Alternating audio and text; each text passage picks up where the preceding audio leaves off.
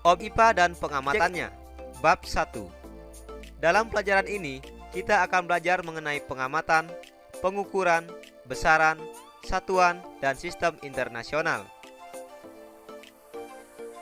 Penyelidikan IPA. Pernahkah kalian memperhatikan temanmu? Misalnya, mengamati tinggi badan, warna kulit, hidung mancung, mata sipit, dan berapakah massa tubuhnya. Semua kegiatan ini disebut dengan penyelidikan ilmiah IPA. Yang pertama, proses pengamatan, yaitu proses menggunakan panca indera, termasuk melakukan pengukuran dengan alat ukur yang sesuai. Pengamatan dilakukan untuk mengumpulkan data dan informasi. Yang ketiga, proses membuat inferensi, yaitu merumuskan penjelasan berdasarkan pengamatan. Penjelasan ini digunakan untuk menemukan pola-pola atau hubungan antar aspek yang diamati dan membuat perkiraan. Proses yang ketiga yaitu mengkomunikasikan. Mengkomunikasikan hasil penyelidikan baik lisan maupun tulisan. Hal yang dikomunikasikan termasuk data yang disajikan dalam bentuk tabel, grafik, bagan, dan gambar yang relevan. Manfaat belajar IPA. Dengan mempelajari ilmu pengetahuan alam akan memberikan beberapa manfaat kepada kita. Yang pertama, untuk meningkatkan kualitas hidup. Misalnya, apakah bunga yang ditanam akan tumbuh?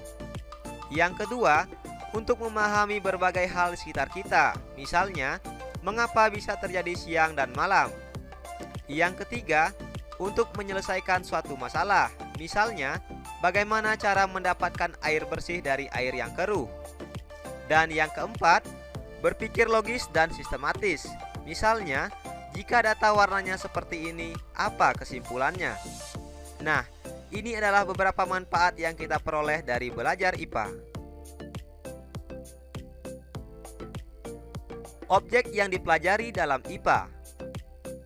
Seluruh benda di alam dengan segala interaksinya untuk dipelajari pola-pola keteraturannya. Yang pertama, objek yang berukuran kecil atau renik. Yang kedua, objek yang berukuran besar. Nah, secara garis besar, objek yang dipelajari dalam IPA dapat dibedakan menjadi dua, yaitu objek yang berukuran kecil dan objek yang berukuran besar. Objek yang berukuran kecil misalnya bakteri, virus, dan partikel atom.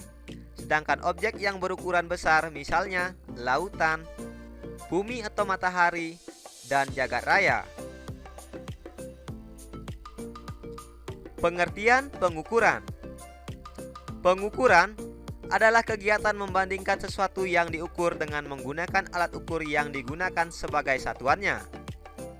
Besaran adalah hasil pengukuran yang dinyatakan dengan angka. Sedangkan satuan adalah acuan yang digunakan dalam pengukuran. Misalnya, kita mengukur panjang meja 1,5 meter. Nah, di sini panjang merupakan pengertian dari besaran, sedangkan 1,5 adalah nilai besaran dan meter adalah satuannya. Satuan pengukuran. Satuan pengukuran dapat dibedakan menjadi satuan baku dan satuan tidak baku. Satuan baku misalnya meter, kilogram, dan sekon. Sedangkan satuan tidak baku misalnya jengkal, hasta, dan depa.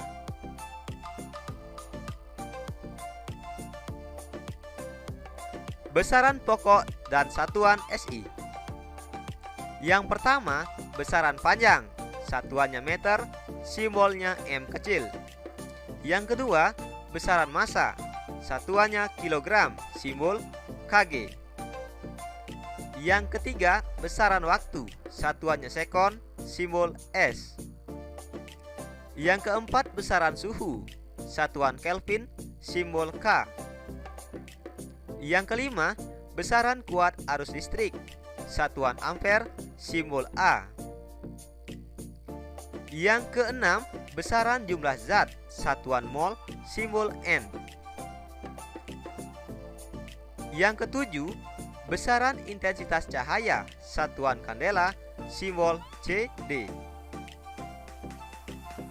Ketujuh besaran ini disebut sebagai besaran pokok.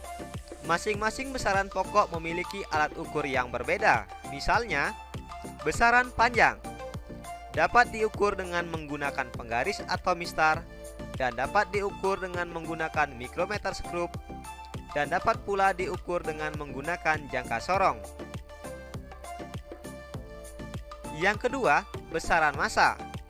Massa dapat diukur dengan menggunakan neraca Ohaus, neraca pegas, neraca lengan, dan neraca digital. Yang ketiga, besaran waktu. Besaran waktu dapat diukur dengan menggunakan jam matahari, jam dinding, jam digital, dan stopwatch. Kemudian besaran suhu. Besaran suhu dapat diukur dengan menggunakan alat termometer.